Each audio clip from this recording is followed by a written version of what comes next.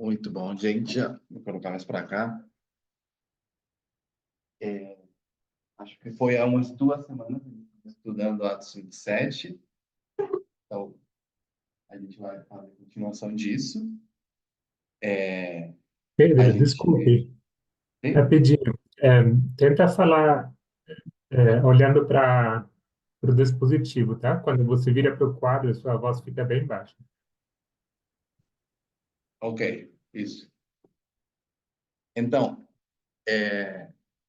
o que a gente já tinha colocado no quadro, e na verdade o que tem aqui atrás, não é daquele estudo 2 semanas, é do estudo de ontem com o grupo daqui. Vai ter algumas palavras em espanhol, depois vou ir corrigindo. Mas é a mesma coisa, né? A gente tinha colocado, e passamos um tempo falando sobre o tempo do fim, em Atos 27, tentando ver como dava para decidir, baseado nos símbolos que nos são fornecidos, por que seria o tempo do fim. Temos uma transição de poderes políticos, que faz parte de várias linhas, uma principal delas é Dario e Ciro, que no tempo do fim, quando conquistaram Babilônia, dá início à libertação do povo de Babilônia. Então, é uma linha de reforma. Reagan e Bush, por conta do tempo do fim da nossa época, em 1989, sendo todos eles simbolizados pelo Félix e pelo Festo, que está nessa história dos capítulos 24, 25. Agripa, um poder religioso nesse caso, crente na mensagem judaica, representando para nós a fé adventista, todos esses poderes rejeitando a mensagem do tempo do fim do primeiro anjo. Alguns dos símbolos, eu não coloquei, por exemplo, o significado da palavra cesareia, nós colocamos,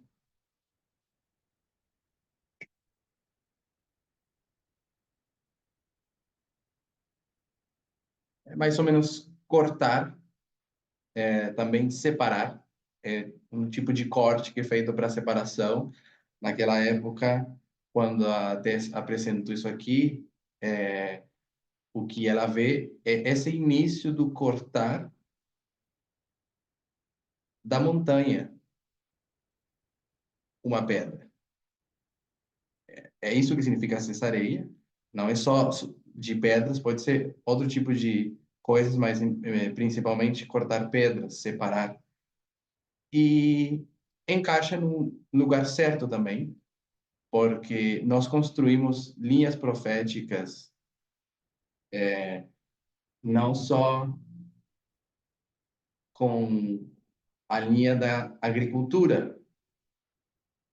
Eu gostaria que juntos possamos lembrar um pouquinho dessa linha da agricultura.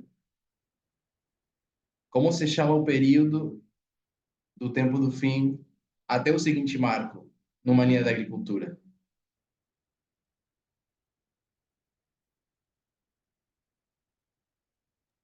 É o arado? É o arado. Então a gente meio que faz esse símbolo de linhas do arado do campo. Que símbolo vem depois do arado?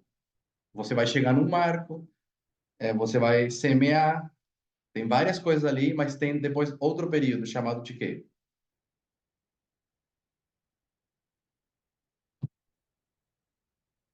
A chuva temporã. Exatamente. Então temos a chuva, que vem em duas partes. Então, um período de chuva bem longo, e ele está dividido em dois. E você colocou a chuva temporária.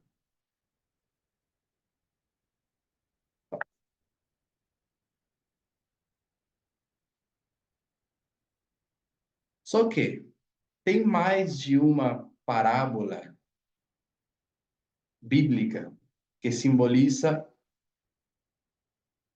o processo do trabalho de Deus na alma. Pode ser na alma, se estamos nos referindo a uma pessoa. ou o trabalho de Deus num grupo, que seria, no caso, o povo de Deus, que nós chamamos de linha de reforma. Nós sabemos que as linhas têm essa aplicação dupla, onde você vai poder falar de uma pessoa em específico que passou por um período de escuridão prévio. No caso, como que a gente chamava na agricultura ao período de escuridão? Campo de lavoura, que é um campo que ficou largado para recuperar vitaminas, para o solo, né, se recuperar um pouco, e deixou crescendo mato, espinhos, e depois vai arar, né?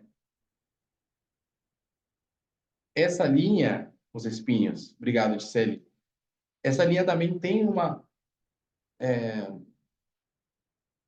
outras palavras que podem tentar construir essa história. E não é só com a agricultura. Quem lembra de um outro símbolo ou parábola que conta a mesma história, só que é baseado em outra estrutura,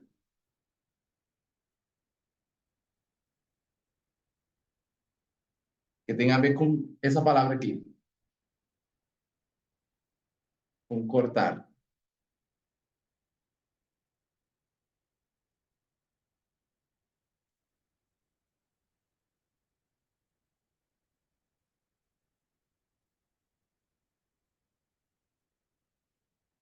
Então tá. É a linha da construção do templo. Vocês lembram de que a gente fazia linhas onde tem um período onde as pedras são cortadas, e espero não errar na palavra, acho que é a canteira? Me ajudem se não é a palavra em português. Da canteira, da mina, o processo de cortar as pedras, esse período aqui entre o tempo do fim e o segundo marco. E quando você já tem as pedras, você vai colocar os fundamentos. Quem já viu vídeos, a gente colocar os fundamentos assim.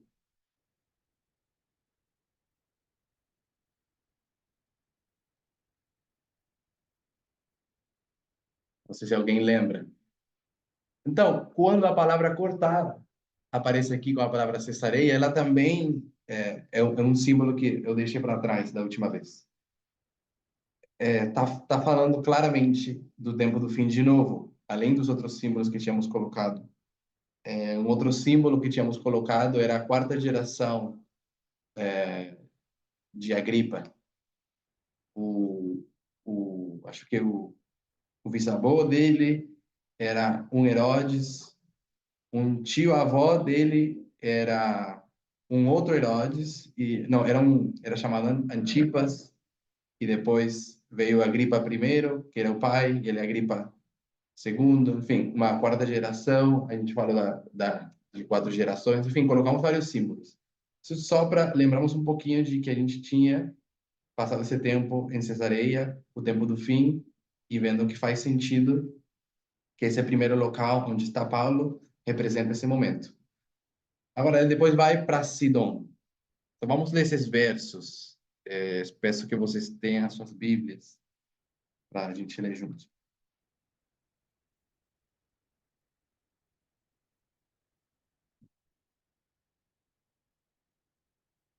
Vamos lá para Atos 27.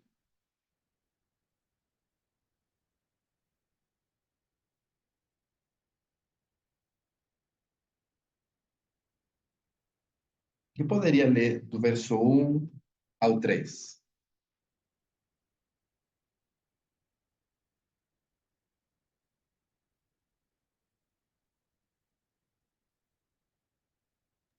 Do 1 ao 3, Pedro? Sim, por favor. Vou ler. Quando foi decidido que navegássemos para a Itália, entregaram Paulo e alguns outros presos a um centurião chamado Júlio, da corte imperial. Embarcando no navio Adramitino, que estava de partida para costear a Ásia, fizemo-nos ao mar, indo conosco Aristarco, Macedônio, de Tessalônica, No dia seguinte, chegamos a Sidom e Júlio, tratando Paulo com humanidade, permitiu-lhe ir ver os amigos e obter assistência. Perfeito. Então, no verso 3, já eles chegam em Sidom. E a gente vai ter que tentar colher aqui simbologia. Vamos supor que estamos estudando essa linha pela primeira vez. A gente achou evidência suficiente que aponta ao tempo do fim aqui. Até que estamos contentes com isso. Mas depois chegamos em Sidom. Eu sei que estou deixando muitas coisas que são do estudo de Atos 27 para trás, como, por exemplo, quem representa Aristarco, Lucas, que é uma pessoa que nunca é falada aqui, mas é a pessoa que viu tudo isso, escreveu. Ele também estava no navio, né? Etc.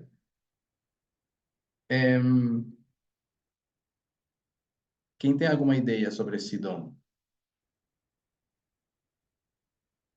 Poderíamos dizer que podemos ter expectativas de que período tem que ser ou que marco deveria ser, né?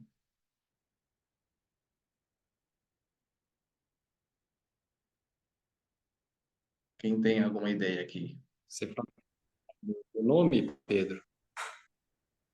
Olha, De pode ser o nome, Sidom? se você tiver algo sobre Sidom. Uhum. Acho que Sidom significa tardar, se não estou enganado. Beleza. Sidom é uma dessas é uma dessas vezes, não, onde você vai procurar o significado da palavra e ela diretamente não vai te levar ao significado que você, a um significado que vai ser útil para você. É uma desses casos. Tipo, não é que você pode ir lá, pegar a palavra Sidom mesmo assim e ela já significa tardar, né? Mas não sei se você lembra, talvez como é que se chega essa conclusão.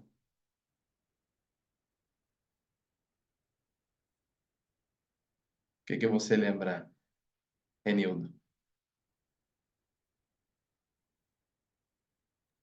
Eu estou pensando aqui, Pedro. Não consigo me lembrar no momento, estou pensando aqui. Me vem à mente Aham. Ezequiel 28, que eu acho que fala de Tiro e Sidom. Mas eu não sei o que está falando no capítulo, mas eu lembro, Ciro e Tidom fala em Ezequiel 28. Me vem na Ah, mente. tá bom, tá perfeito. É um outro elemento ou símbolo que a gente vai resgatar, que tem a ver com Sidom, né? Porque é isso que você faz. Você chegou ao verso 3. Beleza. Paulo mudou de local. Houve movimentação geográfica, que até aqui a gente está assumindo que essa é a forma de nós decidirmos quando você está num marco e quando você tem outro.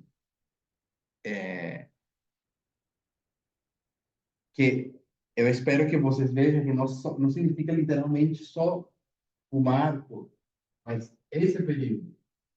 São coisas que acontecem nesse bloco aqui.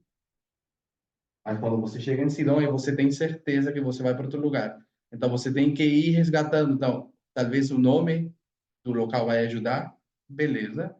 Mas talvez lugares onde Sidom, e Sidom é muito falado na Bíblia, como você colocou aí, por exemplo, em Ezequiel.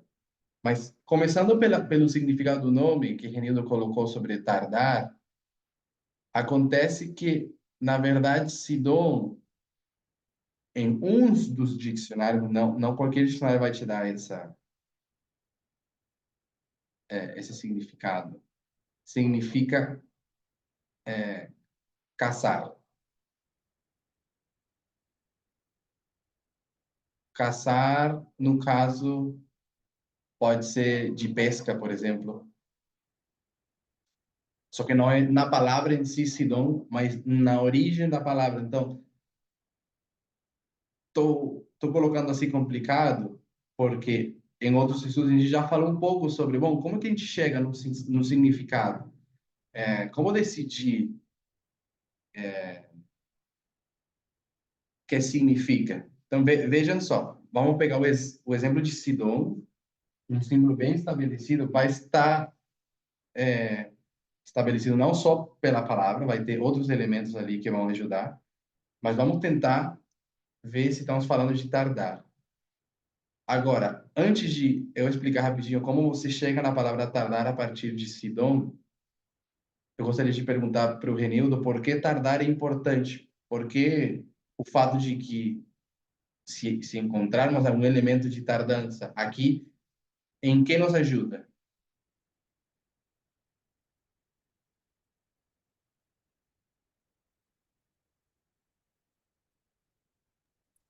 Bom, eu não sei, eu estou tentando associar com a linha milerita, que a gente sabe que o tempo de tardança ele foi um marco.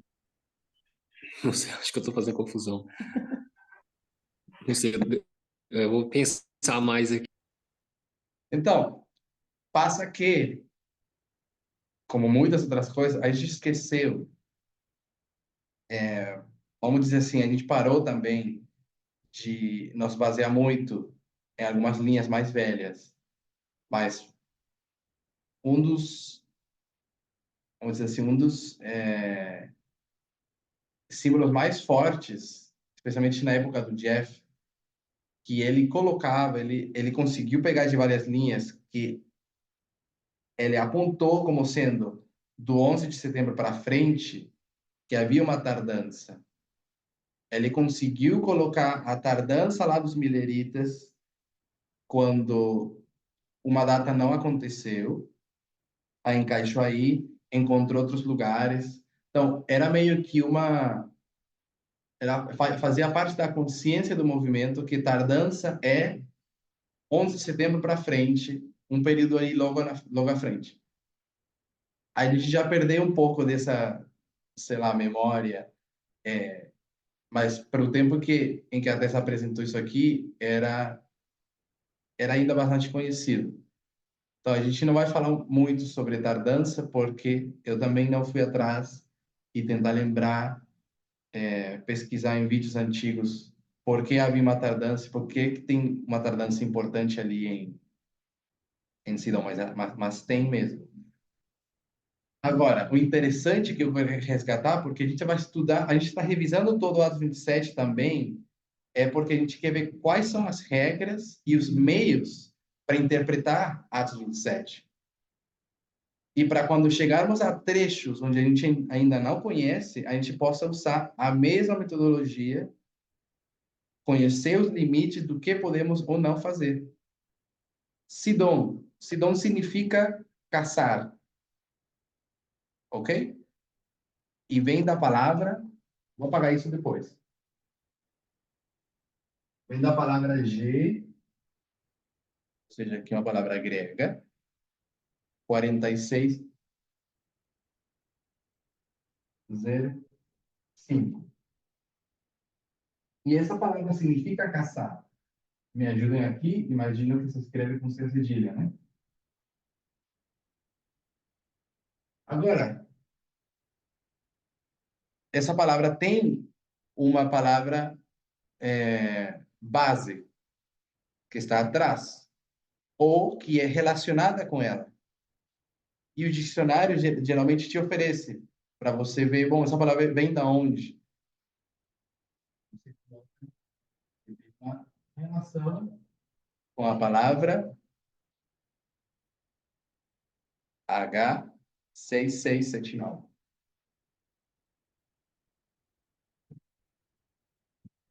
Olha que a gente foi do grego, G, para H, do hebraico. E vai te dizer que é caçar. Só que caçar peixes. Que é um tipo diferente de caça. Onde você não é tipo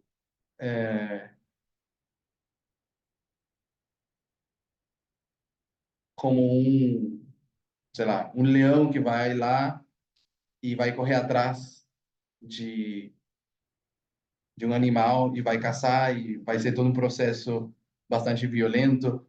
Caçar, nesse sentido de H6679, é um caçar onde você tem que ficar bem quietinho e ficar preparado para esperar. Pode até dar um cochilo. Dormir aí, porque você precisa ficar esperando. Então, esse caçar tem um elemento de espera. Pronto, já falei. Assim como você chega na palavra tardar.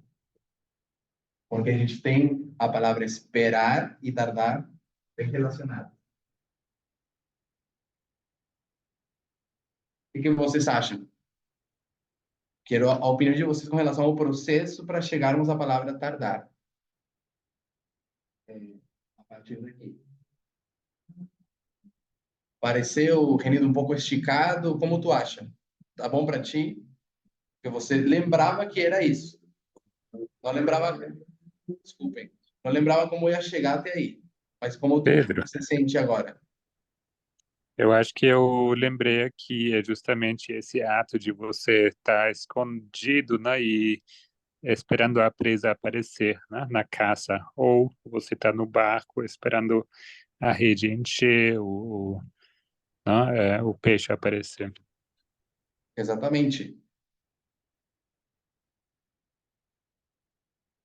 O ponto é que mesmo que te levou para ir para uma segunda palavra, que nem é na mesma língua, mas que estão relacionadas, porque elas têm uma relação.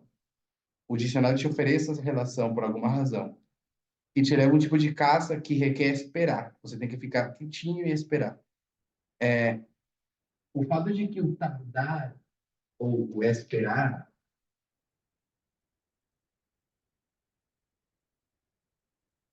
tenha ficado aqui e não lá ou aqui atrás, é para ficarmos, ok, tem um tardar, interessante, tá justo no lugar que eu preciso ele.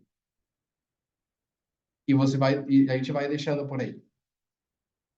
Vamos para outro símbolo, porque a gente tem que ir resgatando os símbolos. Diz aqui que Paulo foi tratado humanamente por Deus e lhe permitiu ver os amigos para que cuidassem dele. A gente não vai ler a citação. Vamos tentar marcar um pouco mais rápido. Tem um outro símbolo. Nós como adventistas, sabemos que podemos usar o espírito de profecia, que pode expandir ou falar mais sobre os mesmos versos, histórias bíblicas, e são úteis as palavras que ela usa. E a gente confia não simplesmente pela fé em que Deus levantou uma profeta na pessoa da Ellen White, mas porque a gente já testou tantas vezes palavras, descrições dela, colocadas a linhas, que ficou claro que é inspirado nesse sentido, né? E essa aqui é uma das ocasiões. Ela vai descrever essa história aqui no verso 3, que Paulo foi fortalecido. E tem um livro que não está em português, que se chama A Vida de Paulo, na página 263, onde ela usa a palavra refrigério e diz que foi um refrigério para Paulo esse tempo que ele ficou em Sidom, onde se lhe permitiu ficar com pessoas que amavam muito ele. Porque lembrem que ele já tinha viajado por esses lugares. Muitos dos lugares onde Paulo está parando nessa viagem, ele já foi. Porque ele teve outras viagens missionárias. Então, foi um refrigério para Paulo ficar com os crentes que amavam muito ele. E esse refrigério acaba sendo um símbolo que a gente vai colocar. Então, tem um refrigério.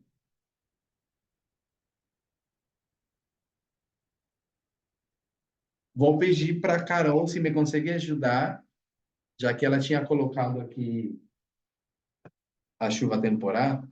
Se você vê alguma associação ou lembra como a gente fazia uma associação entre o refrigério e a chuva temporal. Uai, eu não sei, acho que porque refresca a chuva, né? Tem essa parte mais lógica, mas tem essa. Tem mais citações, sabe? Onde ela coloca e fala da obra do Espírito Santo e vai pegar vários símbolos e vai chamar ele, às vezes, também de refrigério. Então, para nós, fica tipo um sinônimo. Isso aqui é usando o Espírito de profecia. Fica um sinônimo de chuva, que é o derramamento do Espírito Santo, é ao mesmo tempo um refrigério. Então para nós era tipo, a gente tem um dicionário. Você vê a palavra refrigério e já sabe, isso fica aqui. De chuva temporã, ou chuva serógena. Por conta disso. Não vamos fazer a associação toda, não tenho citações, mas vocês podem ir atrás delas, aí pesquisando nos aplicativos de linguagem, e tentar lembrar, né, onde que a gente colocava, porque a chuva é refrigério e tal. Mas aí já temos, deixa eu ver quantos símbolos temos colocado. A gente colocou o refrigério, simbologia da chuva temporã, desculpem. A gente colocou a tardança, ou esperar, também símbolo do 11 de setembro para frente.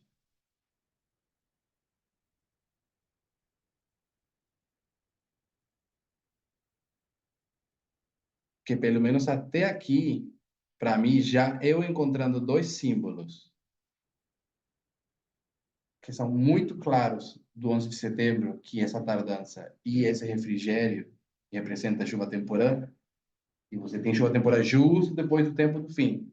Aqui onde deveria ficar, pelo menos no meu caso, já fico com bastante confiança com relação a que, porque faz sentido, se você já estabeleceu que esse aqui é o tempo do fim, por bastantes e vários testemunhos, você sabe que o próximo marco provavelmente tenha que ser o 11 de setembro, que você já possui, você já tem numa linha, você tem vários símbolos nele.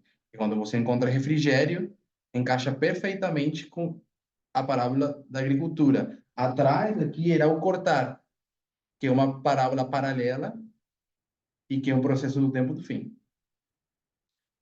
Mas também tem algo interessante que para mim não é para mim não, que é o que estava colocando a Gisele, para mim não é um testemunho específico do marco, mas sim uma repetição de quem se está falando nessa linha. Por exemplo, lembra quando a gente viu Festus, Félix, poderes políticos externos? Eles não são crentes, eles não fazem parte do movimento religioso, mas Agripa sim. Então, Agripa é uma pessoa que pode acreditar porque ele acredita na mesma Bíblia que Paulo.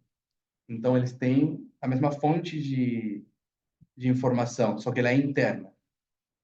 Isso dali dá testemunho de quem são as pessoas que estão sendo afetadas ou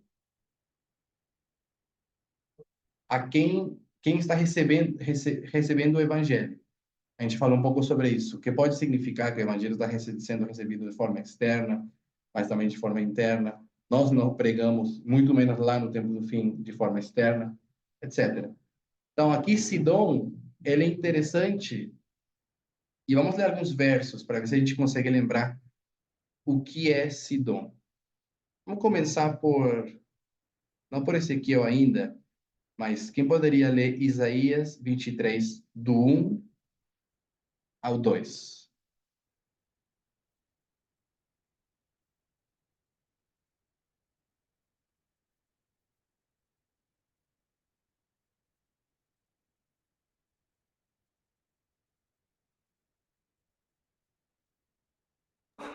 Eu posso ler, Pedro. Obrigado. Isaías 23, 1 e 2, né? Isso aí. Peso de Tiro. Uivai, navios de Tarsis, porque está assolada, a ponto de não haver nela casa nenhuma, e de ninguém mais entrar nela. Desde a terra de Quitim lhes foi isto revelado. Calai-vos, moradores da ilha, vós a quem encheram os mercadores de Sidom navegando pelo mar. Então, a gente não lembra muito agora, mas Tiro, em várias profecias, vai ser colocada como uma cidade que Deus vai dizer que foi assolada, que ela vai ser assolada, que faz parte do castigo, destruída. Então, Tiro tem uma simbologia de uma cidade que vai receber esse juízo de Deus. Tem alguma cidade bem profética que vocês lembrem que vai receber esse castigo de Deus? Ela vai ser assolada, que não é Tiro. Cidade de Roma. Você lembra de versos assim falando Roma? Aqui ele colocou Babilônia. Babilônia, que é associado também, né? Não, tá. Ou seja, em paralelismo poderia ser. Mas, assim, a palavra mesmo, a Bíblia coloca Babilônia. É ela que vai receber esse castigo de Deus. E aí a gente sabe que Babilônia, pelo menos em Apocalipse, é a besta. Representa, que ele seja papado, representa esse poder que a gente vai chamar da besta. Um dos três poderes malignos. Então, quando você vê Tiro, não só aqui em Isaías, tem mais versos. A gente vai ler mais alguns. Você sabe que Tiro, pelo menos, é esse poder que vai ser assolado, vai receber um juízo de Deus, que nem Babilônia. Só que Tiro nunca está sozinho. Tiro tem uma cidade que é com que, vamos dizer assim, tem uma relação econômica. Então, o verso 2, que ele leu, fala: Calai-vos, moradores da ilha, vós a quem encheram os mercadores de Sidom, navegando pelo mar. Então, tem Sidom, e Sidom é quem encheu de mercaderes, de mercancia, de dinheiro, Tiro. Então, tem uma relação aí. Então, Tiro tem esse elemento. É de Tiro da onde vem a mercancia, é de Tiro da onde vem, pelo menos nesses versos aqui, onde vem o dinheiro. Então, você começa a ver uma associação e pode já começar a chegar a algumas conclusões. Babilônia, beber do cálice da ira de Deus, Sidom abastecia Tiro. Isso aí. Vamos ler mais um verso. Vamos lá para Jeremias 25, 22.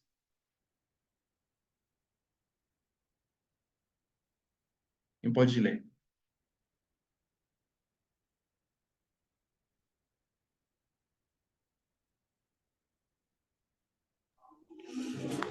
E a todos os reis de Tiro, e a todos os reis de Sidom, e aos reis das ilhas que estão além do mar. Então, esse verso, ele associa três, ele coloca de novo Tiro e Sidom juntos e coloca mais um.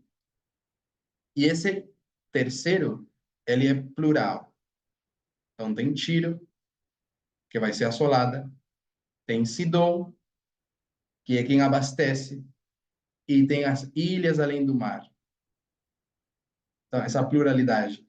Então, são versos, tem estudos acima disso, que são bem legais, que a gente fazia bastante, onde é claro que eles são a tríplice aliança, que Tiro vai representar o papado, que Sidom tem que representar, ou seja, os Estados Unidos, porque Tiro seria a besta, o papado, Sidom seria o falso profeta, Estados Unidos. E as ilhas além do mar, essa pluralidade tem que representar o que a gente chamava do mundo, do resto, mas que na tríplice aliança de Apocalipse é o dragão, que é esse elemento mais mundano, não é papado, não é falso profeta, ele é a outra pluralidade onde entra o resto. E ali é onde fica o espiritismo, ou onde fica o ateísmo, e é representado pelo dragão, né? Então, acho que a gente poderia ler. Ezequiel são vários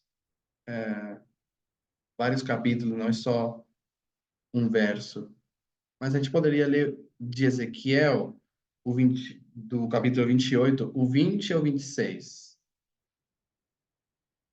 Se você quiser ler, pode ler, Gisele.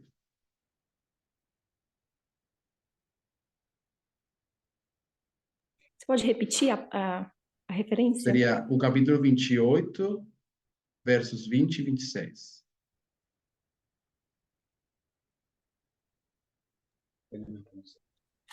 Ezequiel 28, 20 A 26. Ok. Veio a mim a palavra do Senhor dizendo: Filho do homem, dirige o teu rosto contra Sidom e profetiza contra ela. E dize: Assim diz o Senhor Deus: Eis-me contra ti, ó Sidom, e serei glorificado no meio de ti. E saberão que eu sou o Senhor, quando nela executar juízos e nela me santificar. Porque enviarei contra ela a peste e o sangue nas suas ruas, e os traspassados cairão no meio dela, estando a espada contra ela por todos os lados, e saberão que eu sou o Senhor. E a casa de Israel nunca mais terá espinho que a fira, nem espinho que a cause dor, entre os que se acham ao redor deles e que os desprezam, e saberão que eu sou o Senhor Deus. Assim diz o Senhor Deus: Quando eu congregar a casa de Israel dentre os povos entre os quais estão espalhados, e eu me santificar entre eles, perante os olhos dos gentios, então habitarão na sua terra que dei a meu servo Jacó. E habitarão nela seguros, e edificarão casas, e plantarão vinhas, e habitarão seguros, quando eu executar juízos contra todos os que estão ao seu redor e que os desprezam, e saberão que eu sou o Senhor Deus. Esse trecho aí, Gisele, ele tem um título na tua Bíblia, a partir do verso 20? Na minha Bíblia não tem título, deixa eu ver na do Renildo. Profecias contra Sidom. Na do Renildo fala profecia contra Sidom. Não, é uma profecia contra Sidom. Se você virar a página para trás, a profecia anterior é contra quem? Para Tiro. Contra Tiro. Eles estão Então, sempre você tem Tiro, eles sempre estão juntos, vê? Tem Tiro primeiro, depois vai ver Sidom, porque você sabe que no final, a grande cidade ela vai ser destruída, aquela que é dividida em 3 partes. Então, mesmo que você tenha uma destruição contra a Babilônia em si, também tem que essa cidade está dividida em 3 partes. E é a tríplice aliança. Você tem Tiro, ela vai receber uma profecia de destruição, lamentação. Sidom também. O importante é que vem depois. No verso que a gente estava lendo lá em Isaías, não, perdão, em Jeremias, você coloca Tiro, Sidom e uma pluralidade chamada as Ilhas do Mar. Agora, aqui em Ezequiel vai ser Tiro, Sidom de novo, mas quem é a terceira? Quem é a profecia que vem depois da profecia contra Sidom? Vocês veem aí os títulos. Contra o Egito. Egito. O capítulo 29 é a profecia contra Egito. Então, aqui já não foi uma pluralidade, mas foi um outro símbolo que a gente também está acostumado a ver como sendo esse dragão, esse ateísmo ou essa descrença a Deus, esse outro grupo que também representa mundo. Espero que vocês lembrem algumas dessas associações, que Egito tem esse elemento. Então, de novo, Tiro, Sidom junto, depois Egito. Na anterior era Tiro, Sidom, Ilhas do Mar, aquela pluralidade que também representa o mundo. Vamos ver mais um, que fica lá em Joel 3:4.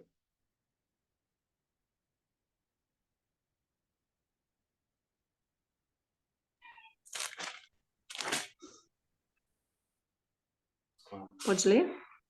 Pode ler. E também, que tendes vós comigo, Tiro e Sidom, e todas as regiões da Filístia? É tal o pago que vós me dais? Pois, se me pagais assim, bem depressa vos farei tornar a vossa paga sobre a vossa cabeça. Então, de novo, colocar o Tiro, Sidom juntos. E o terceiro elemento? Mais uma As vez, uma regiões pluralidade deles. aqui. E que símbolo levam os filisteus? Eles são os pagãos. Os pagãos. Eles são aqueles que não creem. Então, é de novo mundo, é de novo espiritismo, é de novo ateísmo, etc. Então, esse símbolo Sidom aqui, sendo o falso profeta, sendo o segundo da Tríplice Aliança, é mais para nos ajudarmos a entender de quem está se falando. Aqui já tínhamos Estados Unidos, por conta de Festo e Félix, mas em Sidom temos de novo os Estados Unidos, só que enfatizando o papel de falso profeta.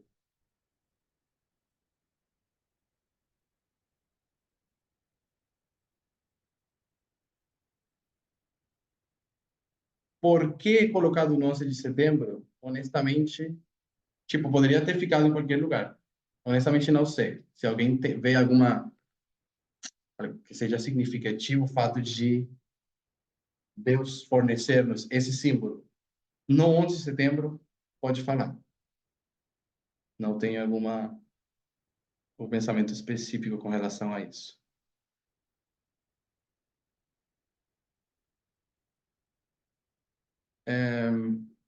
Você pode repetir a pergunta, por gentileza?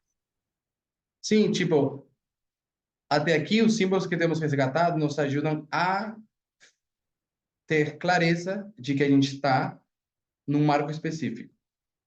Foi isso que a gente fez com o refrigério, foi isso que a gente fez com o esperar, o tardar. Mas com o fato de Sidom também ser um símbolo do falso profeta, que sabemos que é Estados Unidos, faz sentido porque vem da história aqui, faz parte da história. Mas por que no 11 de setembro? Eu não tenho um pensamento específico com relação a isso, não sei por que aí. Para mim, só confirma, estamos falando sobre os Estados Unidos aqui. Não é só uma linha com relação a um grupo religioso, uma linha de reforma. Não, também está falando de um poder externo, chamado Estados Unidos. Por que no 11 de setembro? Não tenho muitos pensamentos. Eu não sei se eu vou conseguir reconstruir, mas eu creio que nos dois estudos que a Anselmo Bachmann deu recentemente sobre o 11 de setembro, o melhor sobre Testemunhos para a Igreja 9, página 11, ele elabora sobre isso, porque o posicionamento, a localização desse marco nesse lugar. Talvez isso seria assim um estudo à parte, mas eu creio que dá para explicar assim. Eu que não consigo. Ok. Sim, com certeza deve ter algo aí. Não vai ficar aí por acaso, né? Tem uma outra coisa, mas eu não queria passar muito tempo falando sobre isso, que é Sidom também é o nome de uma pessoa que aparece na Bíblia e que acaba sendo a quarta geração. Talvez, deixa eu ver.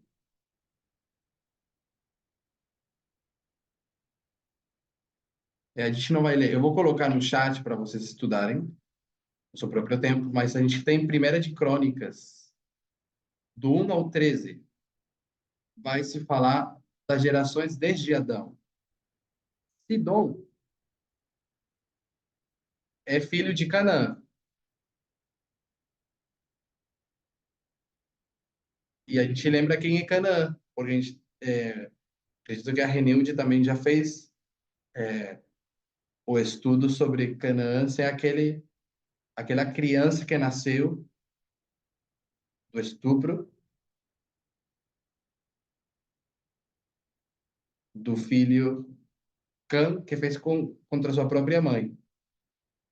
Então a gente sabe que Canaã é pai de Sidom, tem duas gerações. Só que Canaã é filho de Cã. Aí temos uma terceira. E Cã é filho de Noé. Então, Noé seria a primeira geração, quando começa o mundo de novo. Sidom é a quarta. É interessante, a gente já tinha colocado a quarta geração aqui, que eu falei no início. A gripe é a quarta geração. depois daquele primeiro Herodes que matou os bebês. Então tem quarta geração aqui, quarta geração, tem quarta geração de novo pelo fato de Sidom, o nome Sidom ser o quarto filho depois de Noé.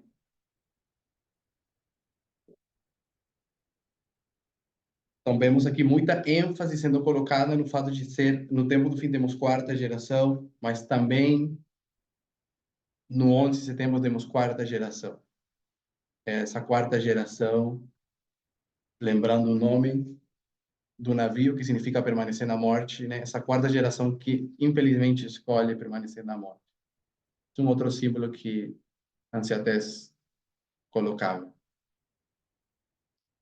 Então, vamos colocar só o início do seguinte marco. Nós vamos terminar ele. Em Atos 27, depois que Paulo recebe esse refrigério de ficar com amigos, ele continua a sua viagem. Como que se chama o seguinte local?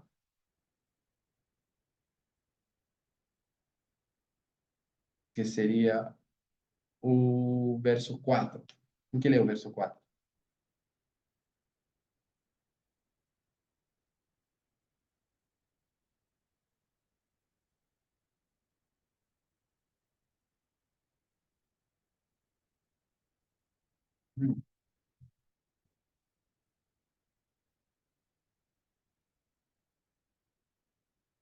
Verso 4 de Atos 27.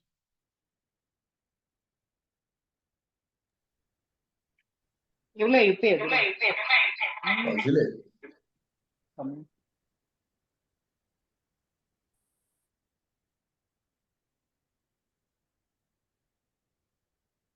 E, partindo dali, fomos navegando abaixo de Chipre, porque os ventos eram contrários. Continuar? Pode parar. Ou seja, agora. Temos um símbolo interessante aqui, eventos contrários. A gente vai ter que ver o que fazer com isso. Vou colocar assim, como se isso significasse um vento contrário no navio. Mas só para começar, porque a gente tem muito símbolo em Chipre, tem muita coisa acontecendo em Chipre. A gente vai fazer a mesma coisa. A gente vai usar o que tem no verso, a gente vai procurar o nome, o significado. A gente vai ter, obviamente, alguma expectativa. Bom, que marco deveria ser, sendo que a gente já tem várias linhas? Tem que ser, pelo menos, um marco após o 2001, beleza? Qual poderia ficar? Então, você vai ter que ir resgatando símbolos a partir do nome de novo, mas também com outras coisas que são fornecidas ali. Os ventos contrários. E como fizemos com Sidom, vamos procurar Chipre em outros locais da Bíblia, para ver se a gente acha outras coisas que nos ajudem a colocar elementos que encaixem aqui.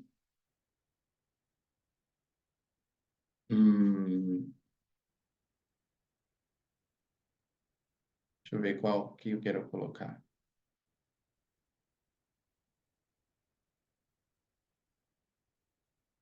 Por enquanto.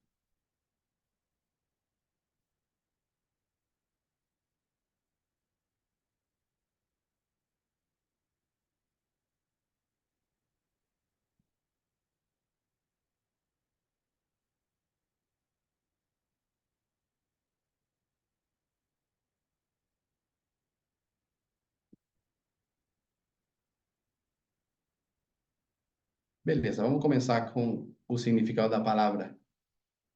Não sei se alguém está com suas notas por aí, pode falar o que vocês lembram, que vocês têm ali que significa Chipre.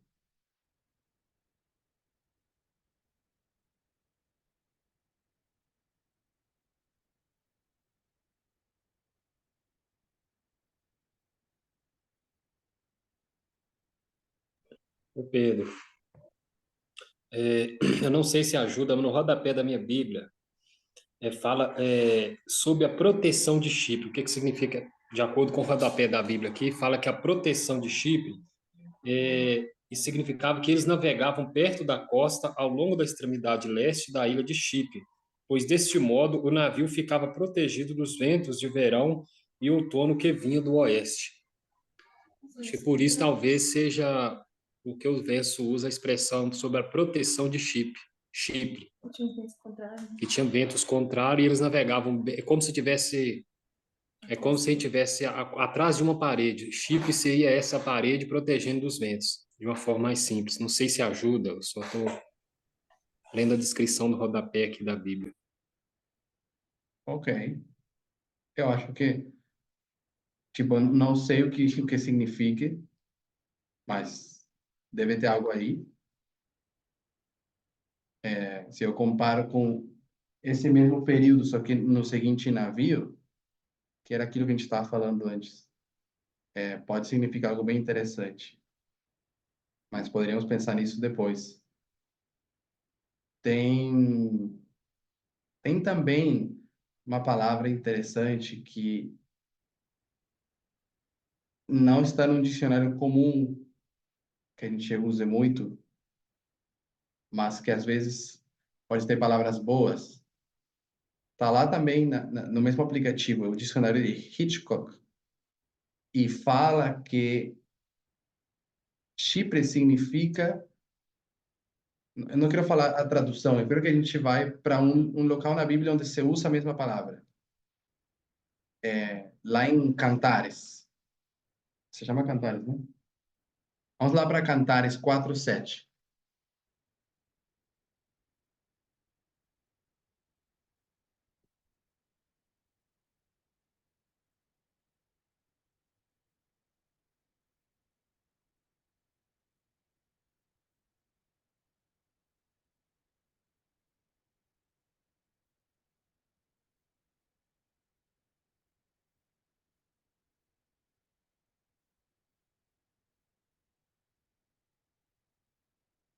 Eu tenho aqui o verso, diz: Tu és toda formosa, meu amor, em ti não há mancha. Esse símbolo ele é muito usado pelo espírito de profecia. Quem tem algum comentário com relação a quem é essa pessoa que é hermosa e é formosa e não tem mancha? Estou perguntando de forma profética.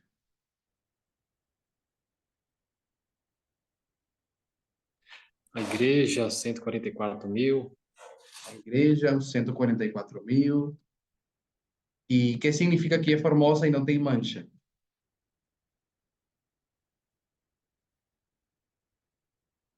Acho que está relacionado à mensagem, né? Inglês, É, adepto. como assim? A mensagem pura, sem mancha, né? Sem, digamos, sem doutrina de homens, como a gente usava no Não. Advento. Ou é a mensagem ou é a mulher. Quem é formosa e sem mancha? Acho que a mensagem ela é sempre sem mancha. É interessante que tu coloca, mas a mulher nem sempre ele é sem mancha. A mulher é a igreja.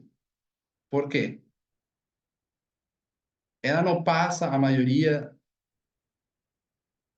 ou grande parte da sua vida não estando, perdão, estando com manchas. É um desenvolvimento chegar lá. A gente tem que lembrar que a linha, ela não está contando a história de como Deus vai tomar o povo, vai tirar ele da escuridão, vai arar o coração do povo, vai colocar uma semente que vai crescer e vai dar fruto. Esse elemento, ele é importante, ou seja, a mulher que é formosa sem mancha, que aqui é a igreja, significa que ela chegou a ser sem mancha. Foi lavada no sangue de Jesus. Eu vou ler com vocês uma citação do Espírito de Profecia, onde ela usa alguns elementos daqui de Cantares.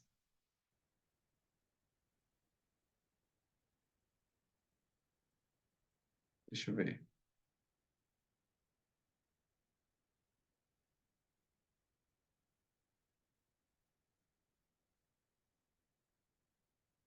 Quero procurar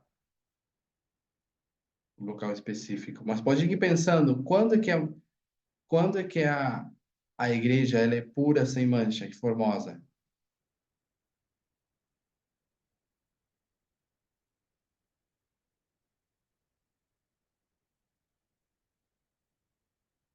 O que vocês pensam?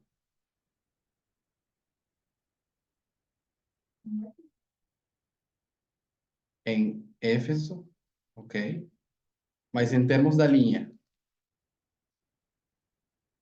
tipo, quando é que Deus fala com orgulho que ele tem Após o fechamento da porta da graça, né? Todos próximo ao fechamento ou no fechamento? após. Perdão, Pedro, após? Pode falar.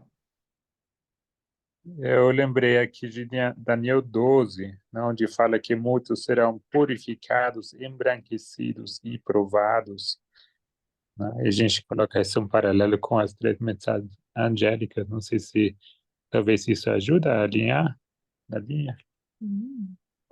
Olha, ajuda, claro, porque a gente vai ser limpado, embranquecido no processo da linha.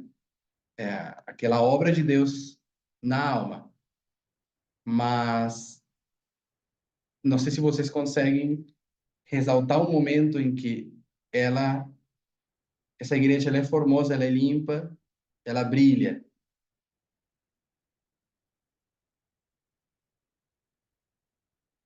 A gente estava muito acostumado a colocar essa simbologia no chamado de, né, no que a gente chama do clamor da meia-noite, porque é quando esse povo está pronto e ele pode ser um testemunho vivo. Nele vai dar para ver a obra de redenção de Deus, não pós o fechamento da Porta da Graça, antes, ao ponto que esse povo vai ser usado para mostrar, para revelar a obra de transformação de Deus, que é um ponto na nossa linha, e que a gente chama de autoclamor, na verdade. Eu queria ler algumas citações, a gente pode falar um pouco mais sobre isso no próximo estudo, quando a gente continuar Atos 27, mas pode ir pensando que esse verso 7 de Cantares, onde a palavra formosa tem o mesmo significado que a palavra Chipre. Essa foi a associação que a gente fez, só para encerrar essa parte de Chipre. E quando o verso 7 é usado, especialmente no espírito de profecia, é para falar dessa igreja no momento onde Deus tem mais orgulho dela, se me permitirem usar essa palavra, e é no alto clamor. Então, começa a colocar alguma... Vamos começar a ajudar para dizer, bom, a gente está falando do tempo do fim aqui, a gente está falando do 11 de setembro aqui, a gente talvez vai estar falando a gente poderia chamar de clamor da meia-noite ou alto clamor, é tipo uma possibilidade. Tentando encerrar por aqui, quero que vejam que essa linha aqui bagunçada tem a linha da agricultura, quando entra no refrigério, que é a chuva temporal, justo onde deveria ficar. Mas também tem o cortar, que é o significado da palavra cesareia, porque em outra parábola que fala do desenvolvimento do povo, que é a construção do templo, Deus usa muito, Jesus usa muito a simbologia da construção do templo, essa parábola, para falar da alma, porque o templo no final é a alma. E que aqui é o período de cortar essas pedras, e depois vão botar os fundamentos, e depois vai ter um templo justo e limpo para Deus. Então é isso. A gente já pelo menos colocou Sidom bem, Cesareia também, tempo do fim, 11 de setembro. Temos que colocar um pouco melhor aqui Chipre, pensando um pouco que lá por Chipre deveríamos estar falando de um povo de Deus puro, embranquecido, limpo. Para mim faz total sentido. Alguma pergunta até aqui?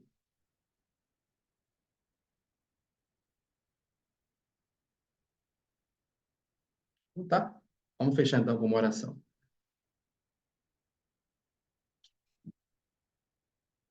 Deus, muito obrigado.